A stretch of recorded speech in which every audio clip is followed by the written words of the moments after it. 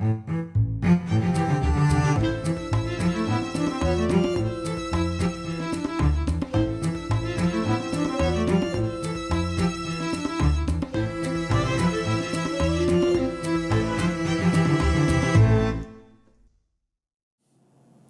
I'm Micah Halpern.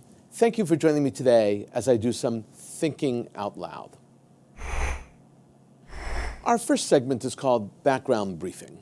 The first thing I've been thinking about is Pope Francis spent 40 minutes with Iranian President Rouhani on January 26th. At the conclusion of the meeting, Mr. Rouhani asked the Pope to pray for him. This is a huge event. After his visit with the Pope, Mr. Rouhani spent another hour talking with Vatican leadership. The Vatican released an official response, saying that the Pope and the Iranian president spoke about the nuclear deal and the need to work together to confront terror and extremism. The statement emphasized, quote, the important role that Iran was called to play, unquote, in confronting terror in the world and in the region. Islam, especially Shiite Islam, has been hostile to the Pope and Catholicism. Mr. Rouhani's visit to Rome is a tremendous step towards tolerance, if not acceptance, and is mostly a very positive gesture. There is a long history of conflict and serious theological tension between Shiite Islam and Catholicism. This visit signifies that Islam can, when they wish to, adjust to new issues and new powers. Mr. Rouhani is illustrating an essential leadership quality that Muslim leaders emulated for centuries in order to get along with potential rivals and adversaries and thereby achieve their short-term goals. Looking at it from the point of view of the Vatican, they want to reach out to Iran. They want to help protect their own, those Christians residing in the Middle East, and to make certain that their vast list of properties is kept secure. The Pope represents a force that is the only power in the world with numerical parity approaching the numbers of adherents in the Islamic world. While in Italy, Mr. Rouhani also set aside time to visit the famous Rome Capitolina museums. Out of respect for the conservative Iranian president, the museum directors covered the nude sculptures along his path. Not surprisingly, Italian media expressed outrage at the censorship. Tasnim and Fars, both semi-official Iranian news agencies with very close ties to the Iranian Revolutionary Guard, have reported that an American naval ship turned and ran away from the Iranian Navy in the Straits of Hormuz as it hits the Gulf of Oman. According to the report, Iran was involved in naval maneuvers when the U.S. ship appeared on the scene. The Iranians told the Americans about their war games, and the U.S. ship quickly turned and left. The United States should have never been in the area and left themselves open to another encounter with the Iranians. But once they were there, it was wise not to let this escalate and turn into an incident or a situation, as it did last time with the capture of 10 United States sailors. But, and this is important, this non-situation is another in the growing list of examples of how the right wing in Iran uses mundane and simple issues to its advantage at home. The Iranian press reports described the United States naval vessel hightailing it and running away from the awesome Iranian Navy. The Iranian naval chief is quoted as saying that he thinks the U.S. ship was there to learn our tactics.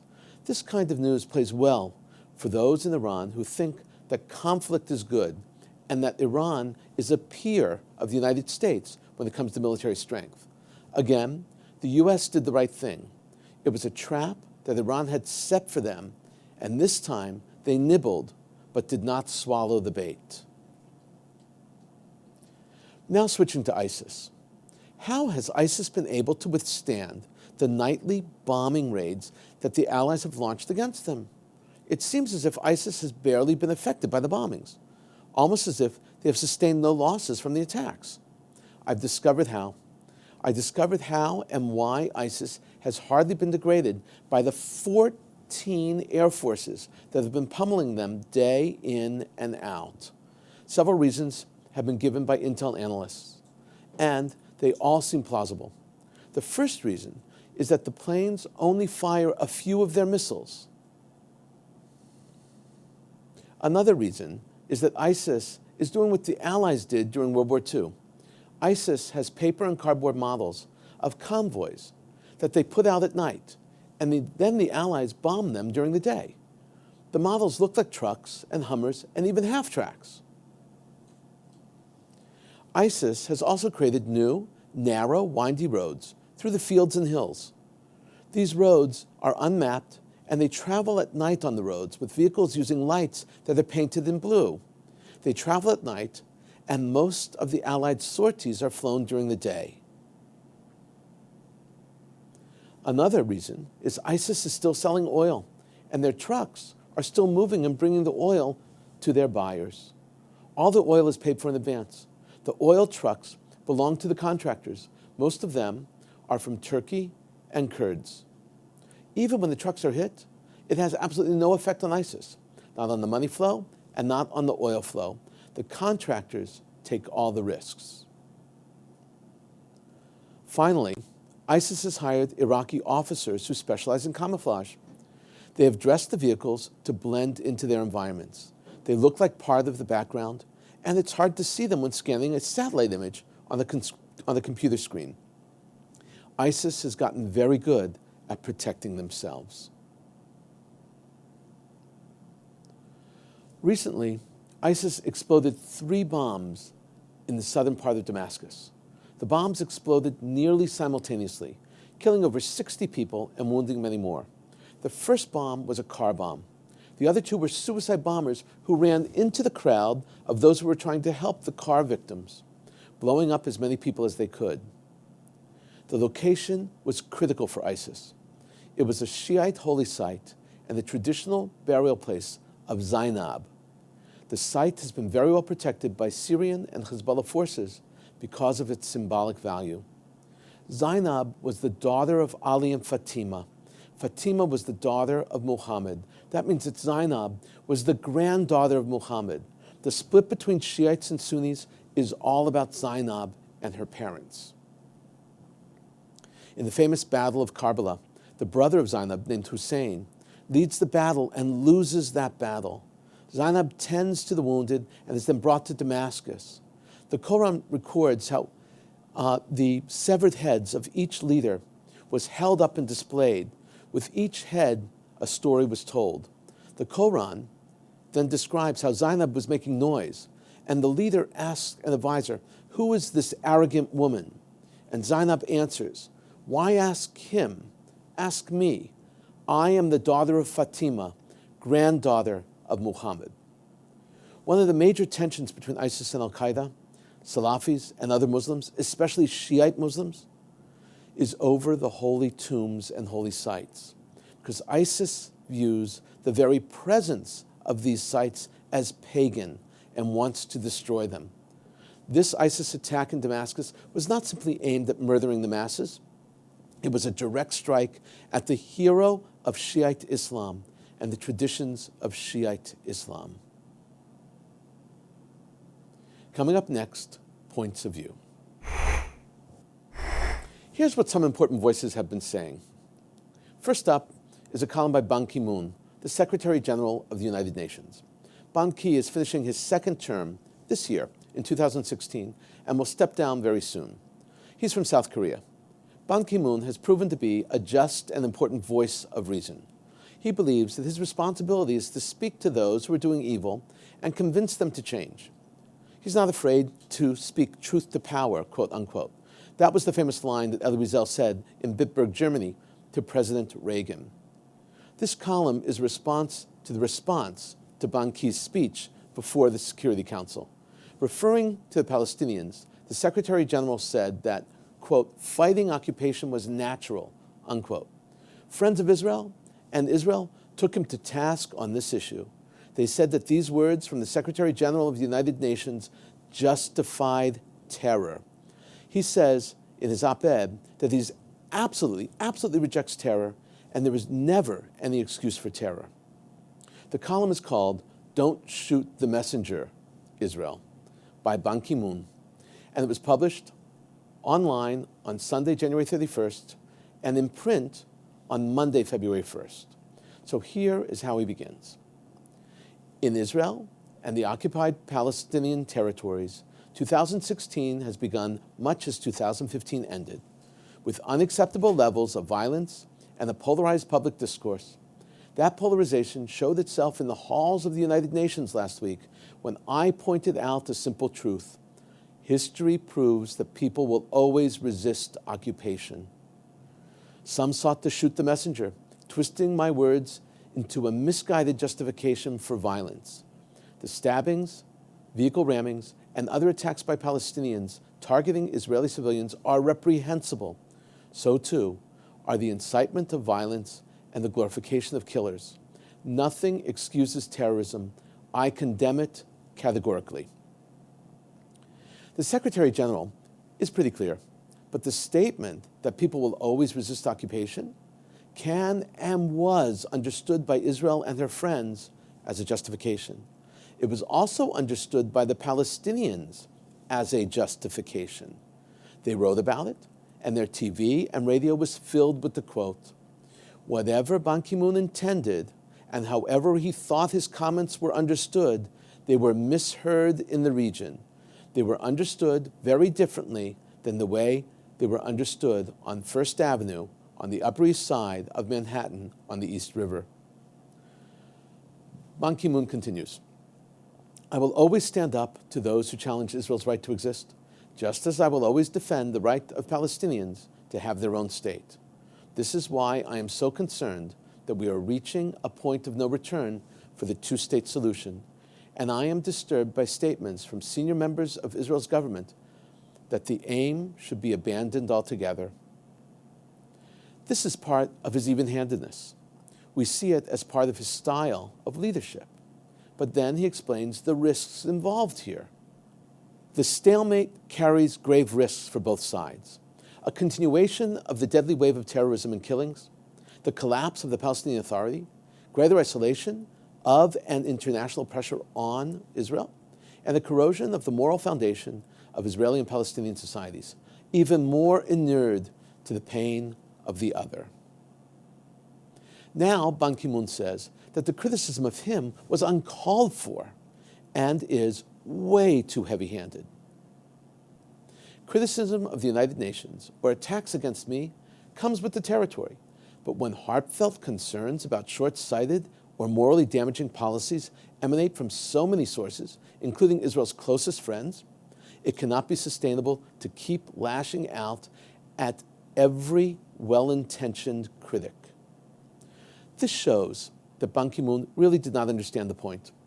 He did not realize that his words were truly seen by the terrorists as a justification. He did not realize, and still does not realize, how dangerous a statement like that can be, especially when it comes from a force as powerful as the Secretary General of the United Nations. Here is how Ban Ki-moon ends. Everyone is free to pick and choose what they like or dislike from speeches. But the time has come for Israelis, Palestinians, and the international community to read the writing on the wall. The status quo is untenable. Keeping another people under indefinite occupation undermines the security and the future of both Israelis and Palestinians. I understand this point of view, but I'm stunned that he does not understand the reason for the criticism. Second up is an editorial.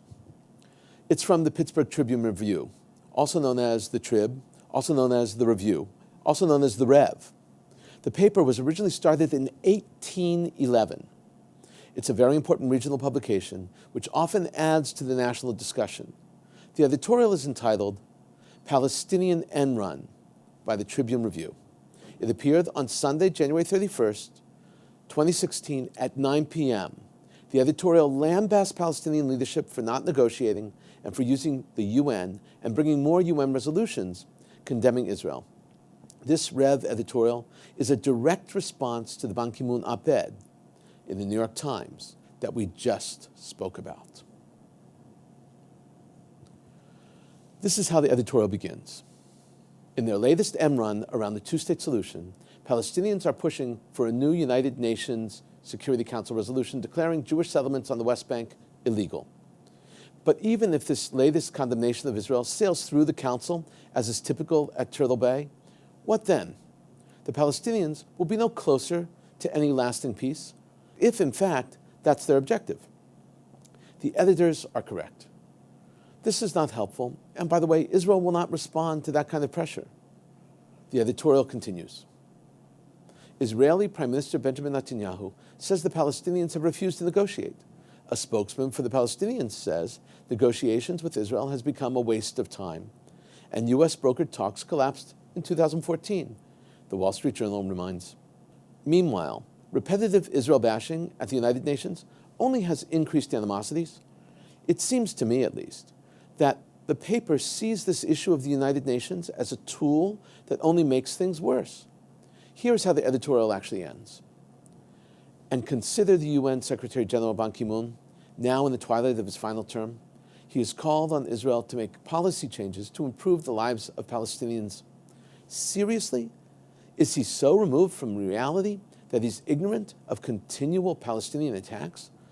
Over the past 4 months, Palestinian terrorists have killed 26 civilians and injured about 300 others. More insipid UN resolutions won't bring these hate mongers any closer to peace negotiations with Israel. Certainly, this is a breath of fresh air. When it comes to the PA and the United Nations, as it's portrayed in the mainstream press, no doubt. Coming up, commentary through cartoons, where pictures tell the story.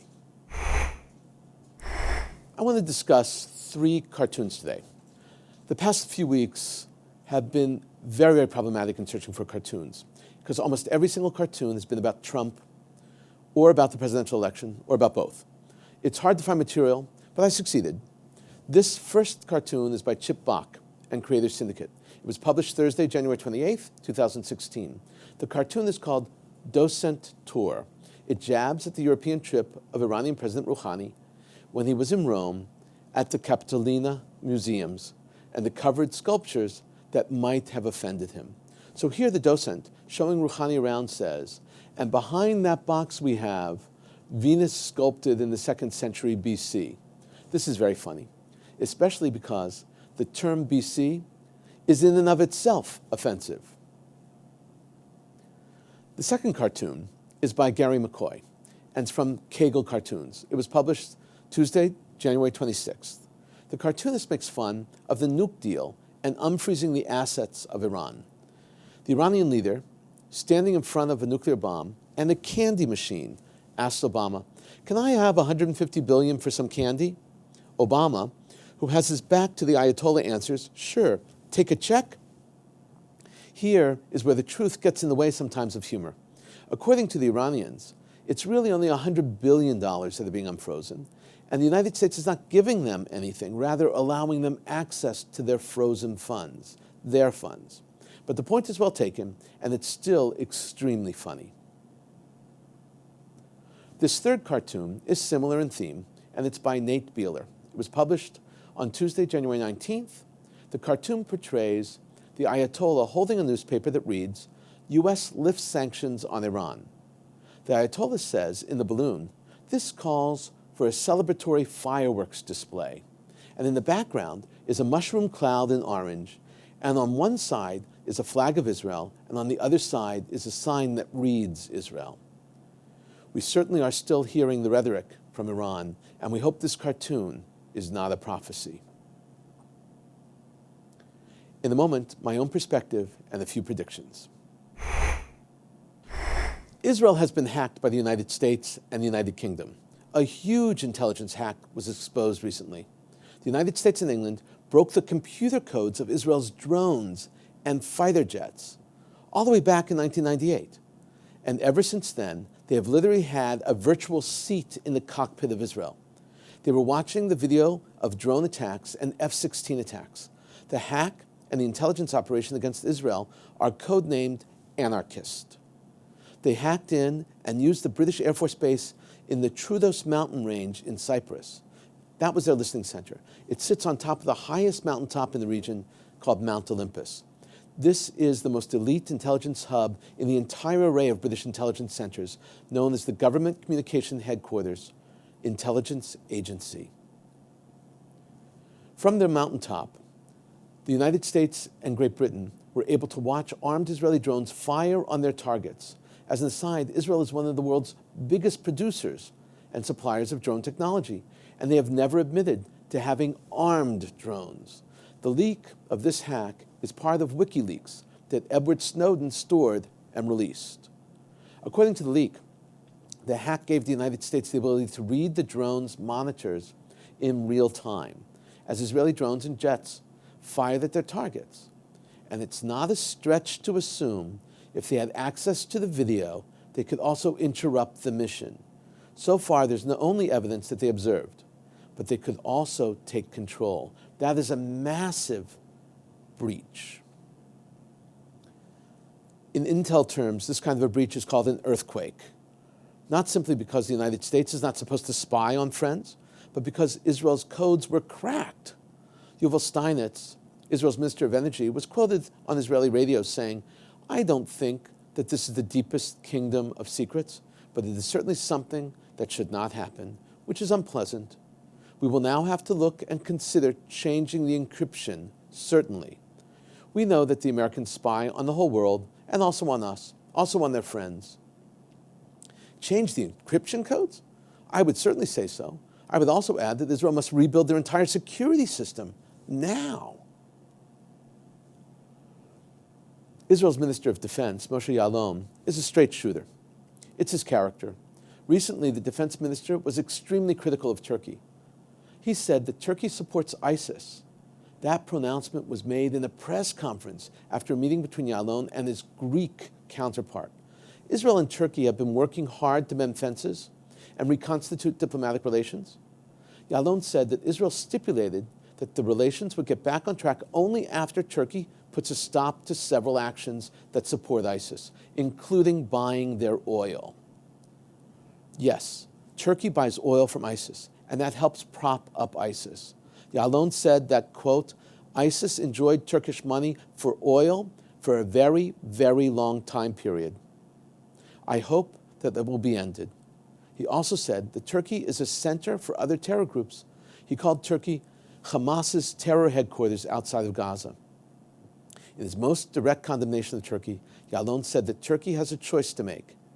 It's up to Turkey, the Turkish government, the Turkish leadership to decide. Should all these stop and Turkey will be willing to reconcile with us, then Turkey can be part of the collaborative regional effort to fight terror instead of supporting it. Israel has always known that Turkey was buying ISIS oil, but they have kept silent, hoping that Turkey would do the right thing and stop dealing with ISIS on its own. That has not happened. So now Israel, through Yaalon, has embarrassed Turkey by calling them out for buying ISIS oil. They can't let this pass. Turkey has to respond. Good news. I seldom talk about good news, but it's something I really want to talk about. Israeli high-tech raised $4.47 billion in investments in 2015. That's an increase of 30% over 2014, and not surprisingly, a record high. The rest of the world is slowing down, as many tech investors have become shy, and the investment market has become a bear market. But Israel is the exception. Of course, there are those who say that Israel is just lagging behind, and the reality of the market will soon catch up with them. But to the investor, it's not a lag. Investors are always looking for opportunity, and Israel always has great ideas that need funding, ideas that can become the newest high-tech phenomenon. Israel's tech companies sell themselves very well, and they entice investors. The promise is not just a great fortune. The promise is that the new product or company will make a huge difference and change the world. 708 deals were struck last year in high-tech. 1.2 billion worth was just struck in the last quarter alone. Investors have faith in Israel and in the future of Israel. That is a very optimistic message.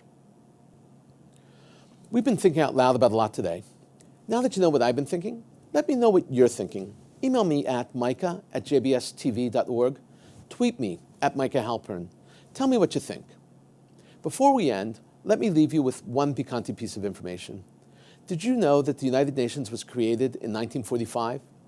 It began with 51 nations and now has 193. The United Nations grew out of the League of Nations. FDR, after World War II, saw the need to establish a successor to the League of Nations, and so began talks, and then a charter was created.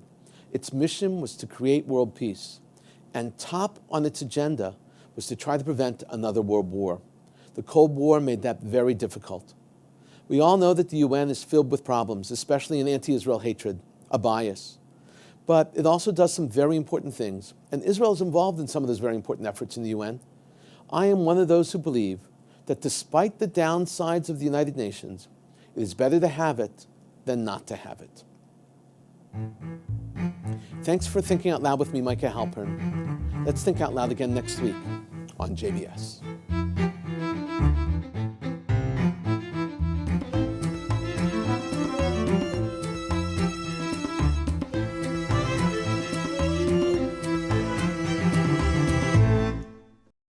We would be pleased to send a complimentary DVD of this program to anyone who wishes to support JBS, the Jewish Broadcasting Service, with a tax-deductible gift of $36, double chai or more, to the nonprofit organization Jewish Education in Media. Simply visit the JBS homepage and click on the Donate button to make a donation by PayPal or your credit card. And please indicate the program for which you would like a DVD. Or you can send your tax-deductible check made out to Jim, Post Office Box 180, Riverdale Station, Bronx, New York 10471. And again, please remember to indicate which program you would like to receive with our compliments. And we thank you for your kind support.